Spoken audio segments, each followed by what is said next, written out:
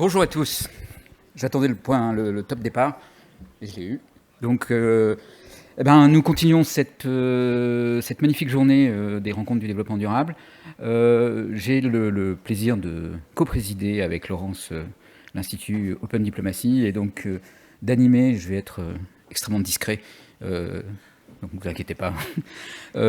Cette remise de prix, la deuxième remise de prix, nous avons vu que les jeunes étaient à fond dans la transition, et donc on aimerait que l'État soit aussi tout aussi engagé et déterminé dans cette transition.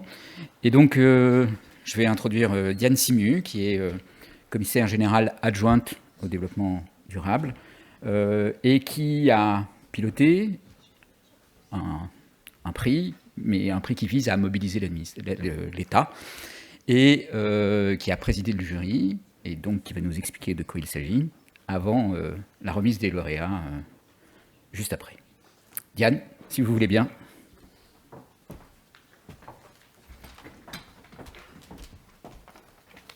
Merci beaucoup, Madame la Ministre. Mesdames et Messieurs, bonjour. Je souhaiterais d'abord vous donner quelques éléments d'éclairage sur la genèse de cet appel à défi. Lorsqu'on a lancé la démarche service public éco-responsable, il y a 2 ans et demi maintenant, par le président de la République et le Premier ministre de l'époque, on avait vraiment une double ambition.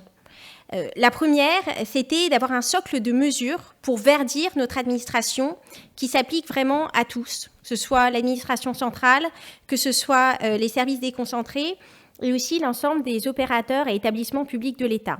Ça, c'était la partie un peu descendante. Et puis, on avait aussi l'ambition d'avoir un volet beaucoup plus participatif, en invitant les agents, les services à être force de proposition, force d'innovation, pour trouver des mesures qui soient vraiment spécifiques à leur métier, à leur mission, à leur contexte local. Parce que notre conviction, c'est que ce n'est pas à nous, dans nos bureaux, de savoir ce qui est nécessaire de faire pour verdir les hôpitaux, pour verdir les prisons, pour verdir les musées. Et ça, c'est ceux qui y travaillent quotidiennement, qui le savent. Alors, la première année, on a organisé un premier appel à initiative sur une échelle beaucoup plus petite, qui était limitée à l'administration centrale et aux services déconcentrés. Et c'est une première expérience qui nous a permis vraiment de comprendre quels étaient les défis rencontrés dans la mise en œuvre de ces actions et puis de tirer des enseignements. Et vraiment, l'expérience des 6 lauréats de l'année dernière nous a convaincus qu'il fallait qu'on le refasse à une échelle beaucoup plus importante. Et donc, cette année, on a pu le faire avec le soutien de la direction interministérielle de la transformation publique, qui est représentée et que je salue pour son soutien. Et puis, on a eu des moyens beaucoup plus importants parce qu'on a eu 1 million d'euros grâce au fonds du plan de relance. Et donc, ça nous a permis d'élargir aussi aux candidatures d'établissements et entreprises publiques. Et ça, c'est très important pour nous parce qu'on travaille depuis 2006 avec le Club Développement Durable des entreprises et établissements publics. Et on sait que beaucoup d'entre eux sont extrêmement engagés, extrêmement en avance et ont vraiment des expériences inspirantes à partager avec les autres. Et donc, on n'a vraiment pas été déçus par la mobilisation. On a eu une 40aine de dossiers qui étaient de très bonne qualité, qui sont très représentatifs de la diversité géographique et institutionnelle de l'administration. On avait des candidats issus de 9 ministères, de 5 préfectures, de 13 établissements publics, en provenance de 12 régions, dont 3 en Outre-mer. Et le jury que j'ai eu l'honneur de présider a réuni des représentants de la direction interministérielle de la transformation publique, de la direction interministérielle du numérique, de l'Office français pour la biodiversité, du ministère de l'Intérieur, du ministère de l'Agriculture, de la préfecture de Nouvelle-Aquitaine. Et donc, nous avons sélectionné 10 lauréats sur les critères suivants. La co-construction avec les agents, l'ouverture, la transversalité entre les structures, le caractère innovant, le caractère concret et réplicable des projets. Et donc, en plus de ces 10 lauréats, on a vu qu'il y avait une mobilisation qui était très forte sur les enjeux de formation. Et donc, nous avons décidé de sélectionner aussi 6 projets qui avaient des volets formation pour qu'ils bénéficient eux aussi d'un accompagnement financier, ce qui porte le total à 16 projets primés au total. Et donc, les accompagnements de ces 16 projets sont compris entre 19 000 et 100 000 euros. Mais moi, ce que je retiens surtout de l'examen de toutes ces candidatures, c'est qu'on a aujourd'hui une maturité qu'on n'avait pas du tout il y a 2 ans et demi. On a une volonté vraiment très forte de nos services sur les enjeux de transition écologique, des agents, de leur hiérarchie, et on voit qu'il y a vraiment des progrès importants qui ont été réalisés depuis 2 ans et demi. C'est nécessaire. On sait qu'on est très loin d'être exemplaire, l'État. On a énormément de progrès à faire, mais on voit qu'on a une mobilisation politique qui est vraiment très importante aujourd'hui. Et au moment où on est en train de finaliser le plan de sobriété énergétique de l'État, c'est vraiment extrêmement encourageant. Donc, je n'en dis pas plus, puisqu'il appartiendra à Madame la Ministre, que je remercie, d'annoncer les lauréats, après que nous ayons entendu le ministre de la Transformation et de la Fonction publique. Merci.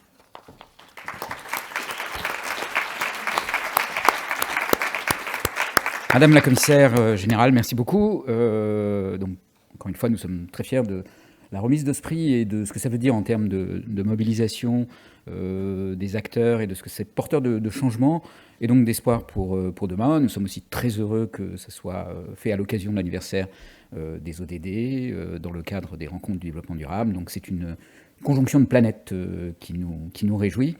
Nous allons écouter Monsieur le ministre de la Transformation et de la Fonction publique, Stanislas Guerini. Si la régie veut bien lancer la vidéo, nous sommes prêts.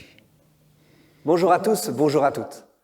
Je regrette de ne pas pouvoir être parmi vous aujourd'hui, mais je voulais vous dire, par écran interposé, à quel point je suis heureux que ces rencontres du développement durable, sous le haut patronage de la présidente de l'Assemblée nationale, Yaël Braun-Pivet, puissent avoir lieu aujourd'hui. J'en profite pour saluer l'Institut Open Diplomacy et son fondateur, cher Thomas Freyang. Merci d'avoir consacré une session spéciale au rôle des services publics dans la transition écologique. Je suis heureux que ce soit aujourd'hui l'occasion de remettre les prix de l'appel à défi Innovation éco-responsable et que tout ceci se passe à l'Assemblée nationale, ce qui est le signe que la représentation nationale est une force d'entraînement pour mener cette grande transition écologique qui doit tous nous porter. Pour ma part, j'ai fixé un cap très clair dès mon arrivée à la tête du ministère de la Transformation et de la Fonction publique. Nous devons mettre toutes les énergies des services publics et de la puissance publique en engagement pour réussir la planification écologique et relever ce grand défi. Nous avons, je crois, 2 leviers pour le faire. D'abord, avec l'État exemplaire, en le faisant pour nous-mêmes, parce qu'il y a un impact absolument considérable, mais aussi parce que la puissance publique, c'est une force d'entraînement pour toute la société française. Et puis, en permettant, en étant une force de facilitation, en étant dans la culture administrative du oui, en permettant à des acteurs sur le terrain, des citoyens, des entreprises, de pouvoir faire plus vite nos projets d'énergie renouvelable notamment. Eh bien, cet appel à défi, dont vous nommerez les lauréats dans quelques instants, alors je ne romps rien au suspense, c'est exactement au cœur de ce que nous devons faire aujourd'hui, c'est-à-dire pouvoir embarquer tout le monde. Je suis content que la DITP, une administration évidemment qui m'est chère, soit représentée aujourd'hui pour remettre des prix, parce qu'elle s'est largement engagée, c'est 1 million d'euros investis dans ces projets-là, pour pouvoir justement accélérer la transition écologique dans les projets au sein de l'État. Il y a eu d'ailleurs beaucoup de dossiers extrêmement solides, 38 projets déposés, des ministères, des SGAR, des administrations issues de 12 régions, dont 3 territoires d'outre-mer. Ça montre la diversité de cet appel à engagement et l'ensemble des profils, des porteurs de projets qui se sont engagés dans ce défi écologique. Ça montre à quel point la fonction publique est prête à prendre toute sa part si nous faisons l'essentiel, c'est-à-dire de faire confiance à nos agents publics, à ceux qui connaissent les réalités du terrain. Est-ce que nous puissions concevoir des plans, prochainement j'aurai l'occasion de présenter le plan de sobriété de l'État, qui soient non pas des plans portés par le haut, on a besoin d'impulsion, mais qui soient des plans qui soient nourris par les initiatives de terrain, nourris par l'expertise, nourris par la connaissance que chaque agent a de son territoire, de son administration et de ses leviers au fond d'action. Alors, bravo à tous les ministères qui se sont formidablement mobilisés, c'est une grande fierté aujourd'hui. Cet objectif ambitieux, nous le partageons tous, bâtir des services publics neutres en carbone, écologiquement responsables. C'est tout le sens de la planification écologique que nous devons porter. Vous êtes en tant que lauréat ou tout simplement participant des pionniers pour accélérer ce mouvement de fond qui existe, je le vois dans chacun de mes déplacements, partout sur le terrain. J'étais il y a quelques jours encore sur le chantier d'une nouvelle cité administrative qui permettra de diviser par 10 les émissions de gaz à effet de serre dans les années qui viennent en regroupant les administrations et en bâtissant évidemment de façon exemplaire. Alors, mon dernier mot sera simple, je veux féliciter, je veux remercier sincèrement les lauréats de ce défi, nos pionniers, nos ambassadeurs de l'exemplarité de l'État. Et puis, je voudrais dire aussi que nous allons bien sûr amplifier et continuer. C'est la raison pour laquelle j'ai voulu qu'avec l'ensemble des ministres, nous puissions former tous nos cadres dans nos administrations. Ça concernera 25 000 cadres dans l'administration d'État, ça concernera 4 000 cadres dans l'administration hospitalière, 12 000 dans l'administration territoriale, non pas simplement pour emmener sur de la théorie, il faut le faire aussi et l'arrimer à la science, mais pour avoir des moments de formation qui soient délibérément tournés vers la mise en action et vers des opérations concrètes. C'est précisément sur des outils concrets, avec cette dimension systémique, comme la fresque du climat, dont certains d'entre vous vont bénéficier, que nous pourrons nous appuyer pour former nos cadres. Bravo à tous, bonne cérémonie et à bientôt.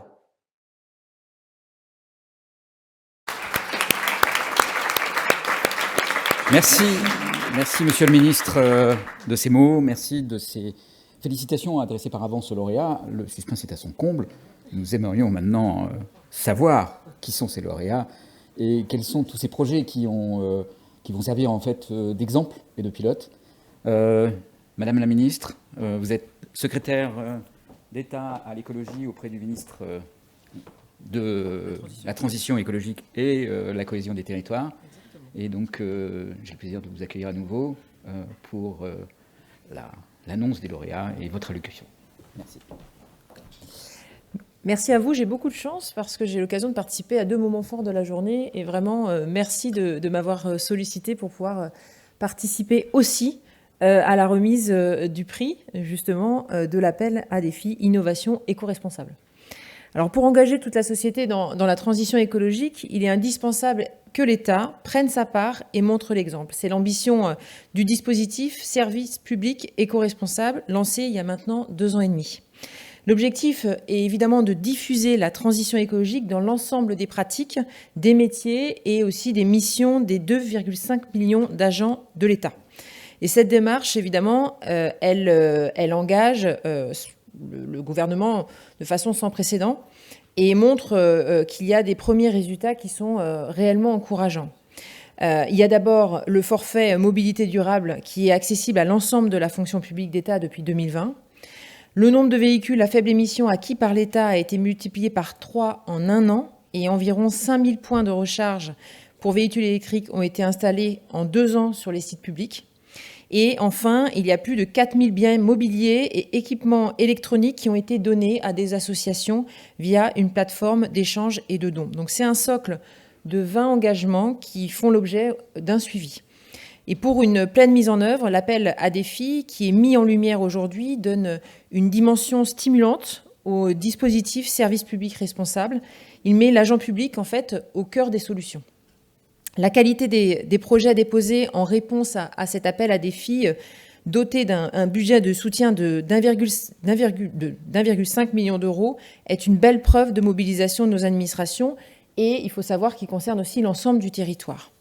Donc les projets retenus sont issus de 9 régions différentes et de domaines aussi divers que la culture, la recherche, la justice, l'éducation nationale ou encore l'enseignement supérieur, mais ils sont aussi portés par des ministères, des services déconcentrés, des préfectures et des établissements publics. Donc c'est la preuve que nous pouvons agir, et quels que soient nos métiers et aussi quelles que soient nos sensibilités. Et de l'administration, mais au-delà de c'est aussi toute la société qui doit se bouger. Donc ces projets vont permettre de faire émerger de nouvelles idées et d'inspirer de nouvelles initiatives pour faire évoluer les pratiques de l'administration.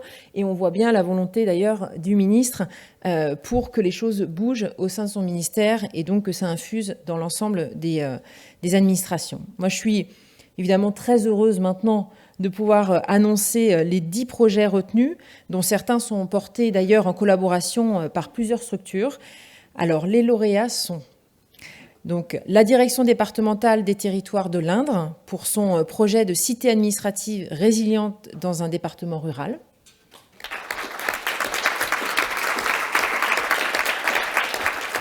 L'ARS Nouvelle-Aquitaine et son agenda 2030, adapté à la santé pour décarboner l'activité de 3 CHU de Bordeaux, Niort et Poitiers. C'est ici une belle opportunité de mobiliser conjointement la fonction publique hospitalière et l'État.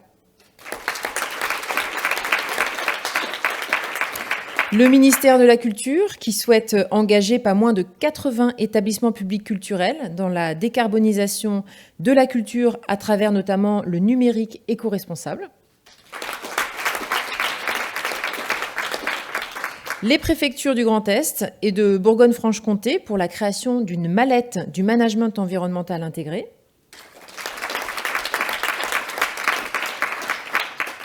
Le CNRS et l'Institut de recherche pour le développement qui portent des projets liés à leur empreinte carbone.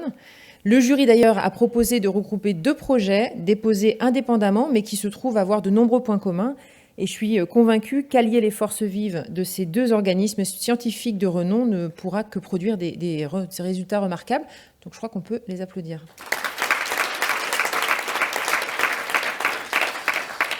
Également le ministère de l'écologie avec la préfecture d'Occitanie qui met en place une planification écologique des jardins et espaces verts des services de l'État.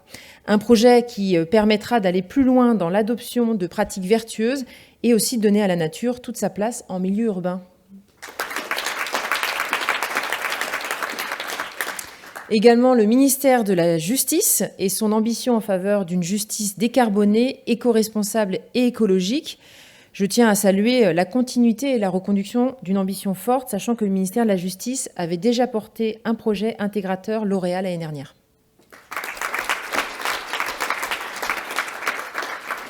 Également le ministère de l'Éducation nationale et le réseau Canopé qui développe l'intelligence collective au service de la RSE et de la démarche service public éco-responsable.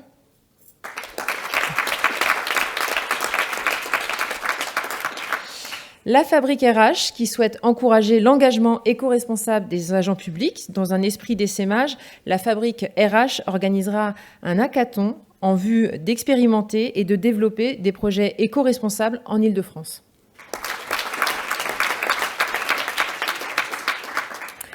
Et enfin, l'état-major de l'armée de l'air et de l'espace pour sa politique climat et transition écologique de l'armée de l'air et de l'espace. Donc vraiment, moi, je souhaite féliciter l'ensemble des lauréats parce que, évidemment, c'est un travail qui va inspirer et qui va préfigurer des avancées dans vos services et plus largement dans vos domaines métiers. Je tiens à souligner également que 6 autres projets qui portent des actions de formation seront également accompagnés. Je pense par exemple au service du commissariat des armées qui développe une offre de formation au développement durable et à la transition écologique via l'école de formation militaire ou encore à l'université Grenoble-Alpes qui développe une formation de cadres supérieurs et intermédiaires sur les enjeux climatiques RSE. La qualité des projets déposés est vraiment une belle preuve de mobilisation de nos administrations sur l'ensemble du territoire. Toutefois, je voudrais souligner que ces projets exemplaires et votre motivation ne doivent pas masquer la nécessité d'une mobilisation qui doit encore simplifier et s'amplifier. Et à ce jour, encore plusieurs ministères, établissements publics ou services déconcentrés n'ont pas encore déployé cette démarche d'exemplarité. Donc je serais évidemment attachée avec Stanislas Guérini à ce qu'ils accélèrent parce que, évidemment, tout le monde doit participer. Et c'est d'autant plus important que certaines de ces mesures sont devenues des obligations législatives et on est au bon endroit pour en parler, avec la loi anti-gaspillage pour une économie circulaire, vulgairement appelée la loi AGEC, et puis également la loi climat-résilience. Donc on peut citer d'ailleurs la restauration collective, dans laquelle 50% de produits durables et de qualité, dont au moins 20% de bio, devront être proposés, ainsi qu'un choix quotidien d'un menu végétarien dans les cantines de l'État et des universités. Ça correspond donc à la loi Egalim. Il y a également aussi l'interdiction des achats de plastique à usage unique sur les lieux de travail et les événements organisés par l'État. Donc, moi, je crois qu'il importe que l'ensemble des services s'approprient pleinement, en fait, la démarche, et aussi que chaque agence soit mobilisée. Je souhaite également que les projets présentés aujourd'hui puissent inspirer d'autres initiatives, et évidemment que ça inspire les ministères, les administrations, les préfectures, tous ceux qui peuvent jouer évidemment un rôle, et que ça opère en fait un changement réel d'échelle pour les démarches qui auront fait leurs preuves. Donc c'est seulement ainsi, je crois, que nous ferons des services publics éco-responsables une réalité. Vraiment encore un grand bravo à l'ensemble des lauréats. Je suis ravie d'être parmi vous et je crois qu'il faut vraiment qu'on se mobilise ensemble pour y arriver. Et pour ça, il faut qu'on mutualise nos efforts. Merci à tous.